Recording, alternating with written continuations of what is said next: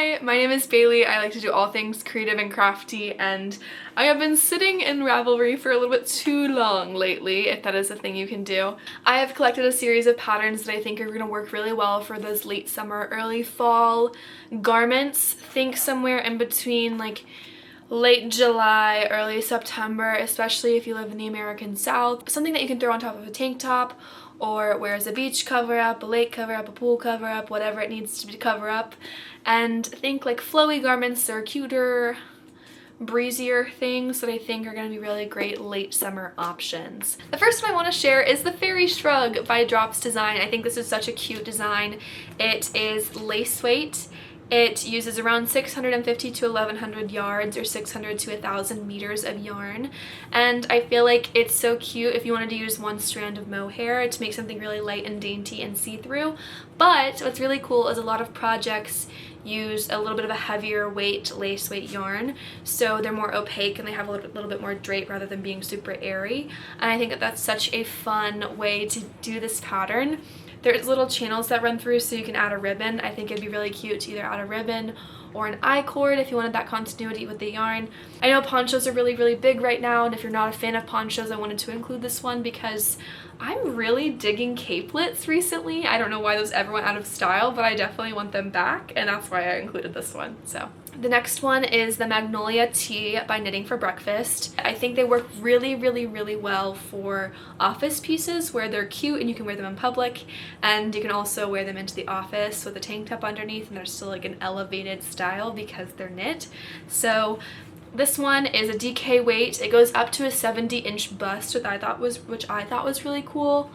It feels ranunculus-ish, so it's a top-down circular yoke, and the projects are the most adorable shirts ever. Lots of people have knit this in white, which I think is very cute, but a lot of people have also opted for these deep, rich jewel tones, so like a deep, rich blue or a really deep, rich like magenta, maroon, like deep red, and I think that is such a gorgeous color for this, especially because of the motif at the top, and it's on the sleeves and the bottom of the sweater as well, and something that I wish that the ranunculus had, because if I remember correctly you just knit the body and then you do the ribbing, but this one has some detailing on the sleeves and the bottom of the top as well, which I think is very useful and cute.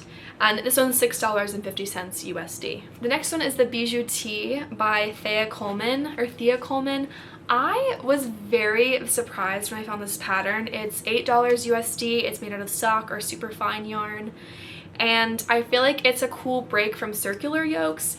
Basically it's a t-shirt where it's a, you have your t-shirt, you have your knit edges with the ribbed collar and the sleeves, but when you turn around you have this gorgeous lace panel on the back, and I just find it so cute and adorable, and I just feel like this is such a fun way to make a knit t-shirt that's a little bit elevated. You can still catch the breeze in this top, which I think is really cool, and I was looking through a bunch of the patterns, and I do think that this is one of those ones where you could get away wearing a bra underneath it and not have it be super noticeable. It's a break from circular yokes, and I think it has the cutest little lace back, and like imagine like a thin cotton or a linen, like the drape that this would get. The next one is a recent pattern actually, which I was surprised by.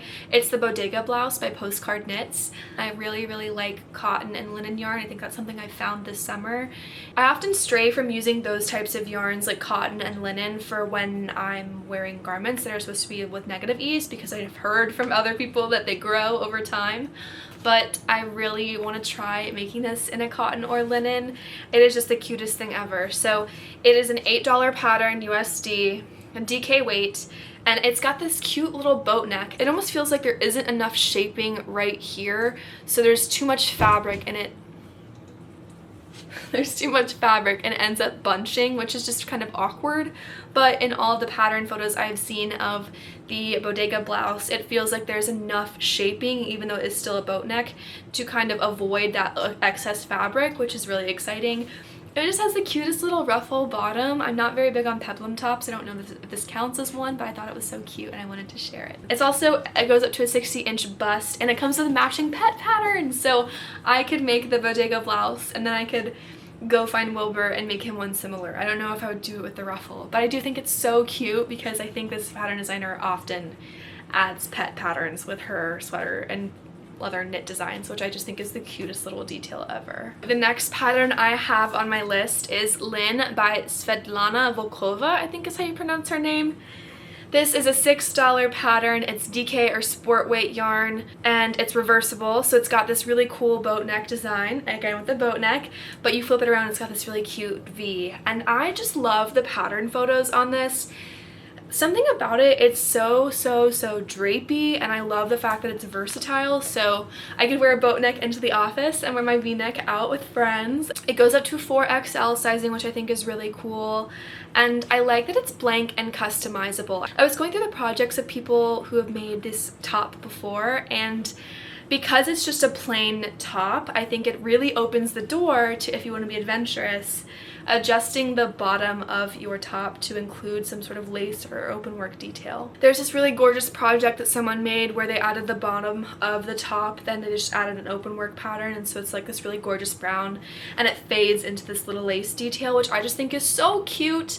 I think if you're someone who really enjoys knitting, but you kind of want to be a little bit more adventurous and try your own thing, but with guardrails, this might be a really good pattern for you, because I've been thinking about knitting patterns recently more so as recipes that you are meant to stray from sometimes. If you're making the same recipe that you've made 100 dinners, eventually you're going to want to involve a little extra spice or change up the flavor profile, and I think that that is a really cool pattern to do that with, where throw in a lacework pattern if I've never worked with lace before, or if you have and you want to try something new. Like, something about this top and the Lynn top especially, it just feels like a playground. So you could have a very calm, plain top as intended, which is still going to be gorgeous, but you can also have a very gorgeous top that you have then put your own twist on, and I think that this would be a very good pattern to have guardrails up. You have the pattern so you can not worry about the yoke and the shaping or anything like that, but when it gets to the bottom, instead of getting stuck on Body Island, you can actually break off and be a little bit more adventurous and end up having a more engaging knit towards the end. So that's my 10 cents. The next one is Cascada by Philippa Carneiro, I think is how you pronounce her name. This is a free pattern. It is made with DK weight yarn. It is a circular yoke that has lace detailing on the body, so it's got these really cool triangular panels underneath the arm that have a really fun lacework section, and I just think this is so cool. It's got the circular pattern, it's got some lace work. I think it's mostly yarn overs from what I can see on the project pictures, but once you break for the sleeves and you're done with the sleeves, you've got these really cool triangular pieces. And so once again, a pattern where instead of getting stuck on Body Island, you've got some really cool lacework details. And I think it's a really cool way to have a knit t-shirt but elevate it a little bit and also try something new. And I think it's just really exciting and really fun. So that's why I included it. I just love a little bit of lacework on a simple knit tee. I think obviously it's really cool to have these tops with negative ease, and there are some really cool designers doing that, but there's a way to have positive ease garments that are still fun and funky and cool. So that's all. The next one is the Sea of Gold Pullover by HTJ Faye-Blomster. I don't think I'm pronouncing that correctly, but I will put it on screen. I think this is such a cool pattern. It is a free pattern.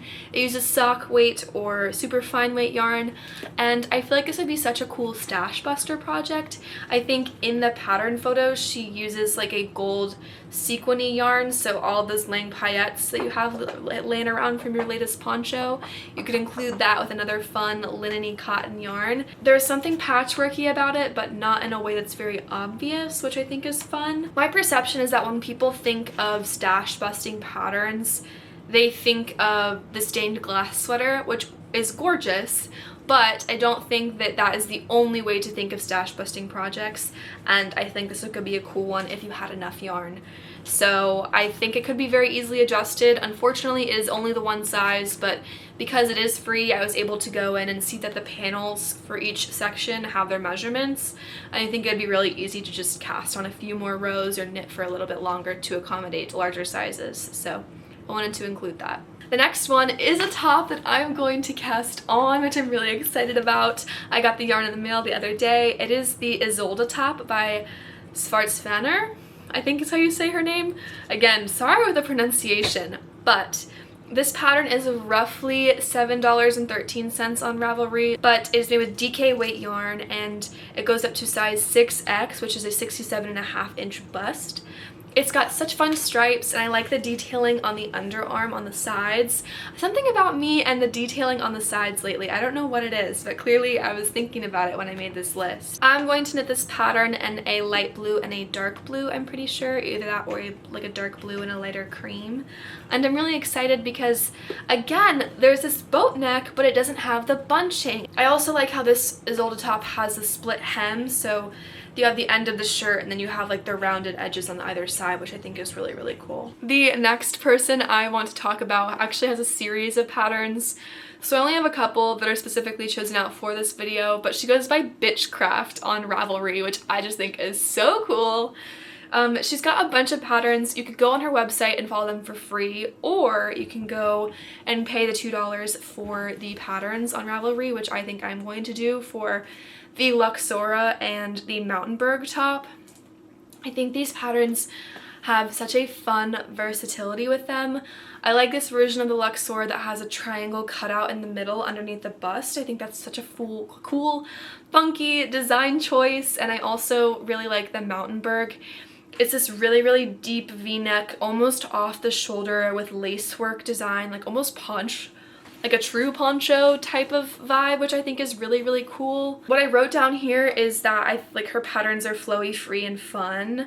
And they're flowy, they're low yardage patterns, and they're also like really good for scrap project potentials. I could totally see myself seeing how the design works for the Luxora on the triangle and just continuing to make that very long and have a cool cover up. I really wanted to highlight her because she's got a bunch of really, really cool patterns, and I like the way that she approaches pattern making. I think she's very funny and she's very witty, so I wanted to share her as well. And then there was you and I, and the whole reason why I made this video. Her name is Yumiko Alexander, otherwise known as Dando Designs, and I have been haunted by her patterns ever since I made a Ravelry. If you have ever sorted by yarn weight and had a little bit too much worsted weight yarn, you would have seen a Yumiko Alexander design.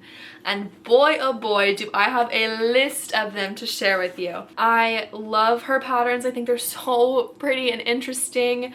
I wrote here that I feel like she's not afraid of texture. Like when I think of Yumiko Alexander, I think of someone who loves texture and has this really cool nature influence and isn't afraid to try new things.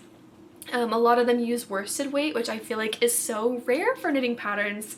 I feel like everyone wants to use DK weight yarn, which I totally understand, but I feel like Yumiko proves that worsted weight yarn can be just as pretty as any other weight yarn.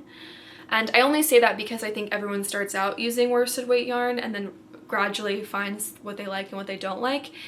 And usually people land further away from worsted like I have, but I am eager to try making some of her patterns in the worsted weight yarn that I have to try them out. She has got a couple that I would like to share. She's got the Skyline, the Agave, Joinery, and Shayna. Imagine knitting them, I wrote imagine knitting them longer and having a beach cover up. So clearly Bitchcraft and Yumiko Alexander, I was thinking the same thought process.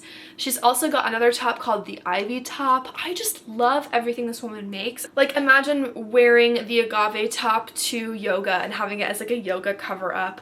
Or imagine it being a really, really cold day and throwing on the Shayna over top a dress. Like the Lily and the Joinery patterns are so cute to throw on over a tank top. And you can have all these really fun, funky colors, especially with Joinery, which uses different patterns for different things. I assume she has fun making them, which is why she continues to do it. But I feel like her fun and her freeness make me want to be fun and free in my own designs and what I make as well. So if you see me making Yumiko Alexander designs soon, just know I have been wanting to do this for a very, very hot minute. I chose a lot of patterns that I don't have a lot of negative ease just because I feel like I live in the American South. It's so hot and humid, and I can go outside in like just a t-shirt and feel sticky right when I walk back in, and so having something that is flowy or that can be flowy if I walk around is really, really helpful for me. That was my list of late summer patterns. I will include a link to my Ravelry bundle for these below. I think it's called like late summer knitting patterns or late summer knitting ideas, one of the two, but so definitely check that out. And while you're there, if you use Ravelry frequently, totally add me as a friend. I would love to see what you guys make and, you know, share project notes. Thanks for watching, and I would love to hear what you're making. If you have anything that you're working on right now, please let me know. I'm working on the Stingray top by Vera Grazia, and it has been a very unique pattern to work on, so more to come on that, but thank you guys, and I will talk to you later. Bye.